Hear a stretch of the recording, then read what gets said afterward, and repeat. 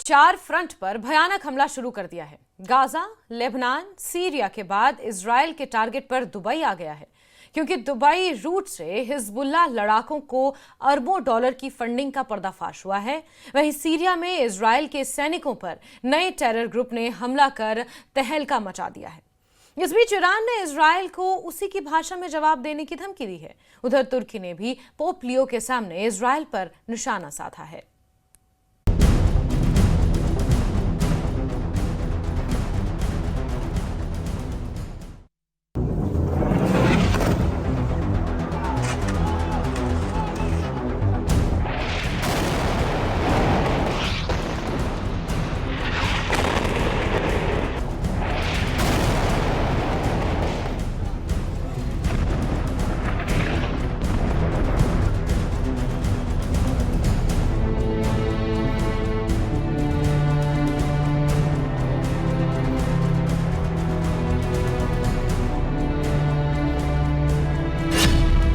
Israel ने हवाई हमलों से लेबनान जलाना शुरू कर दिया है।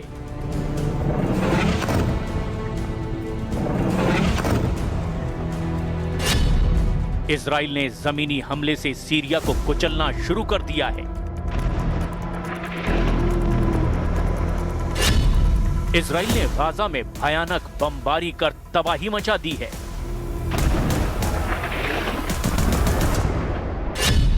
इजराइल ने गोलान हाइट्स पर फिर से मोर्चा संभाल लिया है।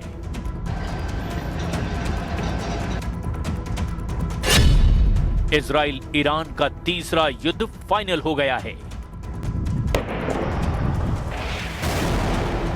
खाड़ी में युद्ध टेंशन फिर से हाई हो गई है।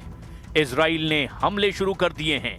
इजराइल फिर से सभी फ्रंट एक्टिव कर रहा है। जितने भी दुश्मन हैं, सबसे इजराइल एक साथ हिसाब बराबर करने लगा है। फिलहाल जिन 2 फ्रंट पर सबसे भयानक माहौल है, वो हैं लेबनान और सीरिया। एक तरफ जलता लेबनान, दूसरी तरफ बम धमाकों से टहल रहा सीरिया का बारूदी मैदान। इजराइल फिर भड़क गया है। इजराइल फिर से दुश्मनों पर टूट पड़ा है। इजराइल ने हिजबुल्लाह को युद्ध समझौते की सालगिरह पर फोड़ डाला है। लेबनान में नेतन्याहू के भयानक हमले से कोहराम मचा हुआ है। इजराइल ने दावा किया कि लेबनान में हिजबुल्लाह और हमास दोनों के बड़े कमांडरों का सफाया कर दिया गया है। ये धुआं इजराइल के बरसाए बमों के धमाकों का है। दक्षिणी लेबनान में ऐसे धमाके दिन रात हो रहे हैं। इजराइल की सटीक बमबारी में हिजबुल्लाह लड़ाकों की लाशें बिछ रही है।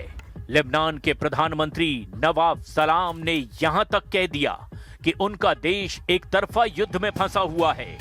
वहीं इजराइल ने दावा किया कि दक्षिणी लेबनान के अलग अलग इलाकों में हिजबुल्लाह के अड्डों को बर्बाद किया जा रहा है। यही दलील देकर युद्ध समझौता होने के बाद भी इजराइल बेरहमी से लड़ाका ग्रुप को कुचल रहा है। इजराइल ने जानकारी दी कि युद्ध समझौते के बाद लेबनान में कोई ऐसा दिन नहीं बीता जब हमला ना किया गया हो। 27 नवंबर 2024 को इजराइल हिजबुल्लाह में अमेरिका ने युद्ध समझौता करवाया था। इसके बावजूद इजराइल ने लेबनान में करीब 1200 बार हमला किया है।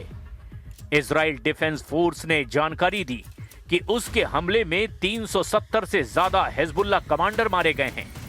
वहीं यूनाइटेड नेशन मानवाधिकार ऑफिस ने कहा कि सीज फायर डील के बाद से इजराइल के हमलों में लेबनान के 127 आम नागरिकों की जान गई है।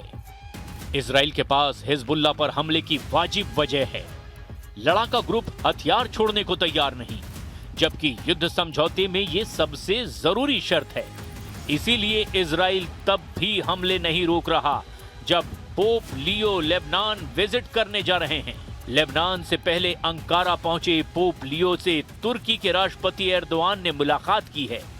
एर्दोआन ने पोप के सामने भी इजराइल विरोधी बातें कह डाली। Our esteemed guest's visit comes at a crucial time in the context of regional and global events.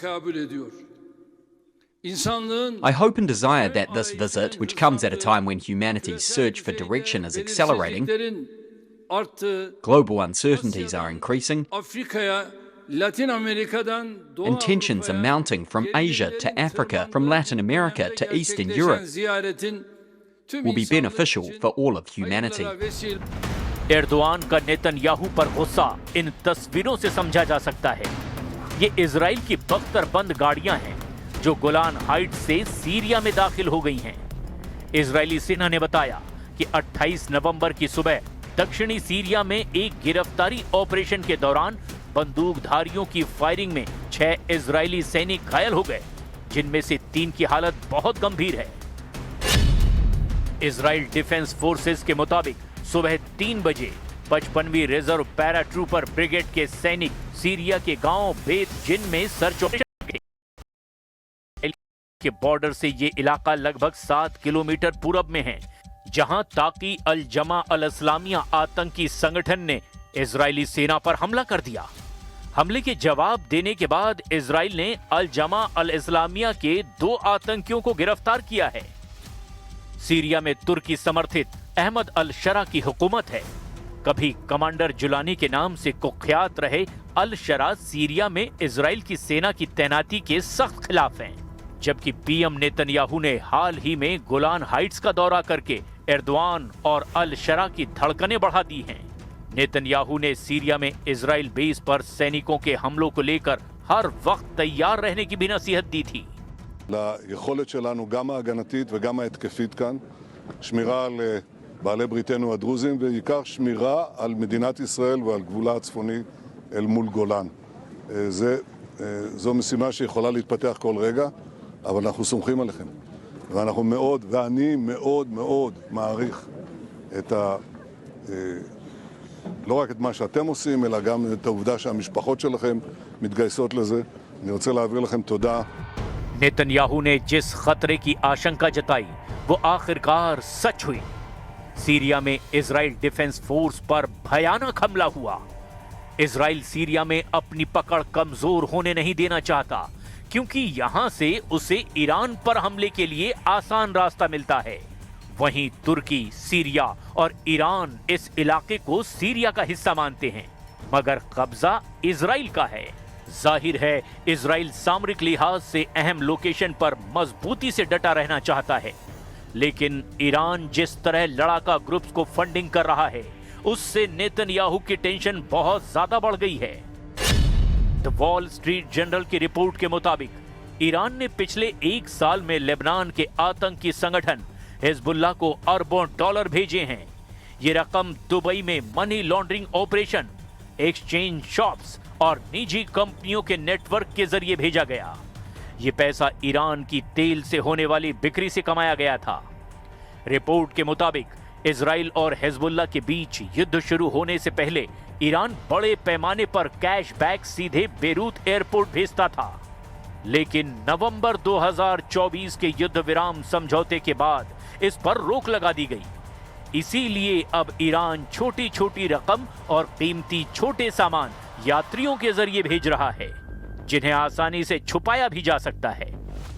Syria में असद सरकार के गिरने से ईरान का पुराना तस्करी का रास्ता बंद हो गया है। वहीं बेरूत एयरपोर्ट पर कैश ले जाने वालों पर कड़ी निगरानी है।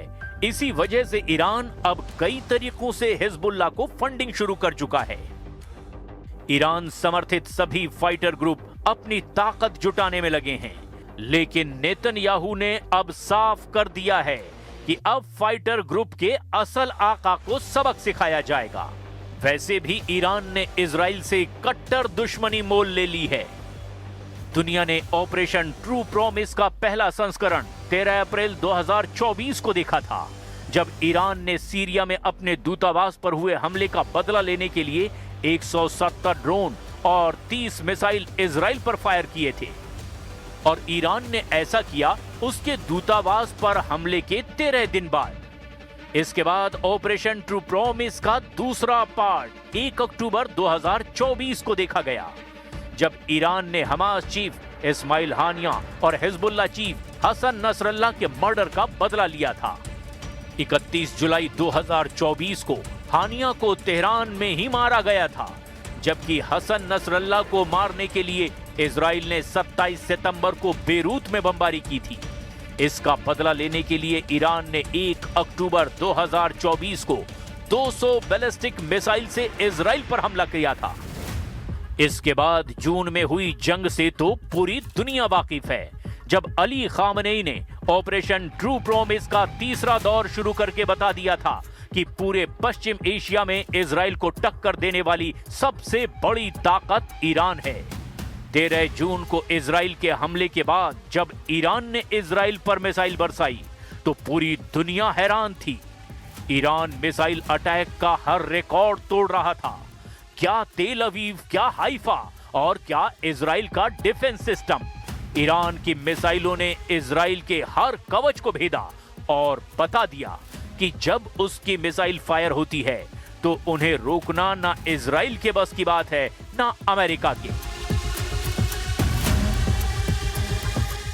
और बुलेटिन में फिलहाल के लिए बस इतना ही, लेकिन न्यूज़ 18 JKLH पर तमाम बड़ी छोटी खबरों का सिलसिला जारी है। हमारे साथ बने रहिए। नमस्कार।